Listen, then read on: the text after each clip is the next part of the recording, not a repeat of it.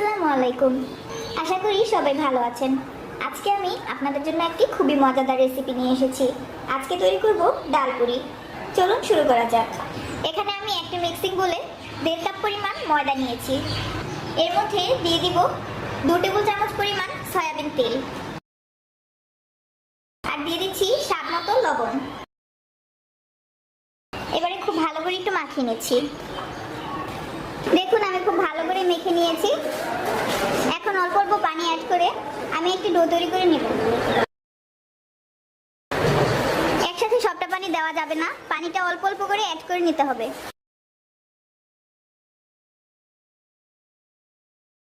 পানিটা দেওয়ার পর এইভাবে খুব ভালো করে ময়ান করে নিতে হবে। দেখুন ডোটা আমি তৈরি করে নিয়েছি। এখন আমি ডোটা রেস্টে রেখে দিব ঠিক 30 মিনিটের জন্য। 30 মিনিটে ডোটা সেট হয়ে যাবে আর এর মধ্যে আমি ডাল পুরির জন্য ডালের পুরটা তৈরি করব। চলুন দেখে নিই। পুর রান্না করার জন্য আমি প্রথমেই চুলায় একটি প্যান বসিয়ে নিয়েছি। এর মধ্যে আমি 1 টেবিল চামচ পরিমাণ সয়াবিন তেল দিয়ে দিয়েছি। তেলটা গরম হয়ে গেছে। এখন এর মধ্যে আমি প্রথমেই দিয়ে দিচ্ছি আস্ত জিরা। আমি এখানে আস্ত জিরা নিয়েছি 1/2 চামচ পরিমাণ। আর দিয়ে দিচ্ছি আস্ত মেথি। মেথি নিয়েছি আমি 1/2 চামচ পরিমাণ। এবারে একটু ভেজে নিচ্ছি। দেখুন জিরাটা আর মেথিটা ভাজা হয়ে গিয়েছে।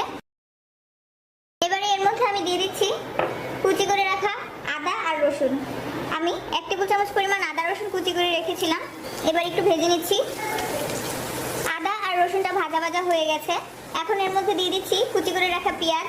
আমি এখানে 2 টেবিল চামচ পরিমাণ পেঁয়াজ কুচি করে রেখেছি। এখন নেড়ে চেড়ে রান্না করে নিচ্ছি।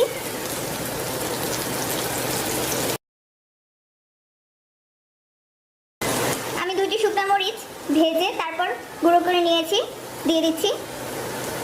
আপনারা চাইলে শুকনো মরিচের পরিবর্তে লাল মরিচের গুঁড়াটা দিতে পারেন।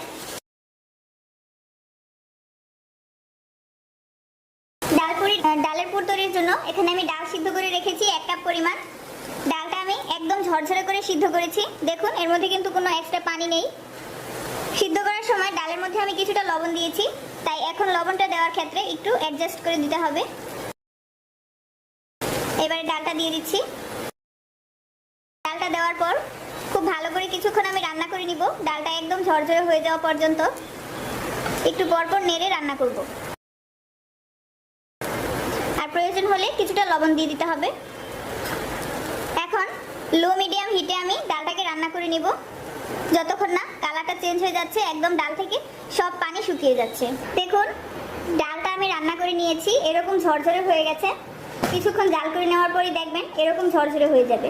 এখন আমি ডালটা নামিয়ে নিচ্ছি। আর ওইদিকে কিন্তু আমি যে ময়দাটা মাখিয়ে রেখেছিলাম সেটাও 30 মিনিট হয়ে গেছে। তাহলে এবারে চলুন দেখে নেই ডাল পুরিগুলো কিভাবে তৈরি করতে হবে। 30 মিনিট পর আমি ফিরে এসেছি। ডোটা একদম সেট হয়ে গেছে। দেখুন এবারে আমি আরো কিছুক্ষণ ভালো করে ময়ান দিয়ে নিচ্ছি। আরো 1 থেকে 1.5 মিনিট একটু ভালো করে ময়ান দিয়ে নিতে হবে। ডোটাকে আমি একটু ভালো করে ময়ান করে নেওয়ার পর একটি কাঠের বোর্ডের উপর নিয়েছি। এখন এরকম একটু রোল করে নিচ্ছি। দেখুন রোল করে নিয়েছি। এখন আমি লেচি কেটে নিব, সেজন্য একটি ছুরি নিয়েছি। ছুরির সাহায্যে এবার আমি এতটুকু পরিমাণ করে লেচিগুলো কেটে নিচ্ছি। প্রতিটি লেচি দিয়ে আমি একটি করে পুরি তৈরি করব। লেচিগুলো কেটে নিয়েছি। এবারে একটি রেখে বাকি লেচিগুলো আমি তুলে রাখছি। এই লেচিটা দিয়ে আমি পুরি তৈরি করে দেখাবো। প্রথমে হাত দিয়ে এভাবে একটু চেপে নিতে হবে। তারপর আমি একটি বেলুন নিয়েছি, বেলুনের সাহায্যে একটু হালকা করে বেলে নিচ্ছি। এইভাবে একটু বেলে নিতে হবে। এবারে হাতের তালুতে নিয়ে এর মধ্যে আমি দিয়ে দিব পুর। আমি যে ডালের পুর তৈরি করে রেখেছি সেইখান থেকে 1 চামচ পরিমাণ পুর আমি এর মধ্যে দিয়ে দিচ্ছি। আপনারা চাইলে পুরটা কম বেশি দিতে পারেন, সেটা নিজেদের পছন্দের ব্যাপার। এখন এইভাবে মুড়ে দিচ্ছি। অবশ্যই খুব ভালো করে মুড়িয়ে নিতে হবে, তা না হলে কিন্তু বেলে নেওয়ার সময় ভিতর থেকে ডালের পুরটা বেরিয়ে যাবে। ঠিক এইভাবে মুড়ে নিতে হবে। মুড়ে নেওয়ার পর এভাবে উল্টে রাখতে হবে। আমি আরো একটি করে দেখাচ্ছি।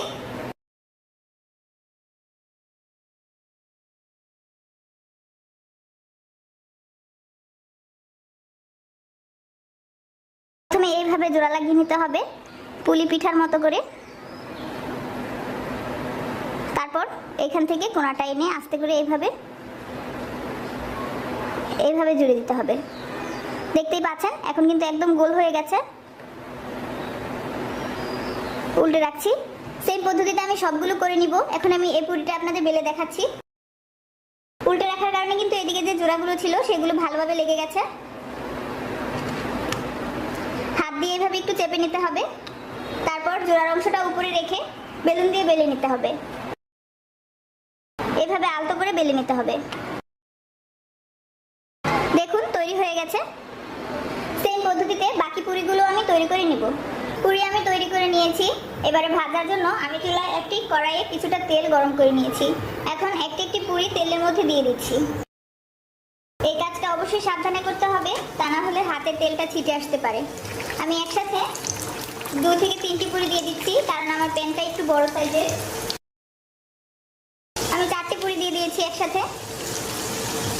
এভাবে একটু ডুবিয়ে ডুবিয়ে দিতে হবে, তাহলে খুব তাড়াতাড়ি ফুলে উঠবে। এমনিতেই কিন্তু দেখতে পাচ্ছেন একদম সুন্দরভাবে ফুলে উঠছে পুরিগুলো। এখন আমি উল্টে দিচ্ছি। দেখতেই পাচ্ছেন কতটা পারফেক্টলি পুরিগুলো ফুলে উঠেছে। এবারে সব দিকটা এরকম ভাবে ভেজে নিচ্ছি। দেখুন ডালপুরিগুলো ভাজা হয়ে গিয়েছে, একদম পারফেক্ট কালার চলে এসেছে। আমি এখন তুলে নিচ্ছি এভাবে তেলটা ঝরিয়ে। আর সেম পদ্ধতিতে বাকি ডালপুরিগুলো আমি ভেজে নিব। দেখুন সবগুলো ডালপুরি আমি সুন্দর করে তৈরি করে নিয়েছি। আর এই পুরিগুলো দেখতে যতটা সুন্দর, খেতেও কিন্তু ঠিক সেই রকমই মজা। এখন আর বাজার থেকে পুরি কিনে খেতে হবে না, নিজের যখন ইচ্ছা হবে তখন বাড়িতেই তৈরি করে ফেলুন ঝটপট মজাদার ডালপুরি। আমি একটি পুরি ছিঁড়ে দেখাচ্ছি ভিতর দিক থেকে ঠিক কতটা পারফেক্ট হয়েছে। দেখুন একদম ফুলকো হয়েছে আর ভিতরে রয়েছে মজাদার ডালের পুর। আমার ডালপুরি রেসিপি ফলো করে যদি আপনারা বাড়িতে তৈরি করেন তাহলে কিন্তু ঠিক এরকমই পারফেক্ট হবে, দেখতে সুন্দর আর খেতে অনেক মজা। আমি আশা করি আপনাদের সবার কাছে আমার ডালপুরি রেসিপিটি খুবই ভালো লাগবে। আর যদি ভালো লেগে থাকে তাহলে অবশ্যই লাইক, কমেন্ট এন্ড শেয়ার করবেন। আর এরকম মজাদার খাবারের আরো নতুন নতুন রেসিপি পেতে আমার চ্যানেলটি অবশ্যই সাবস্ক্রাইব করবেন। আজকের মতো এখানেই বিদায় নিচ্ছি, তবে আগামী পর্বে দেখা হচ্ছে আরো মজাদার নতুন রেসিপি নিয়ে। সেই পর্যন্ত সবাই ভালো থাকুন, সুস্থ থাকুন। আল্লাহ হাফেজ।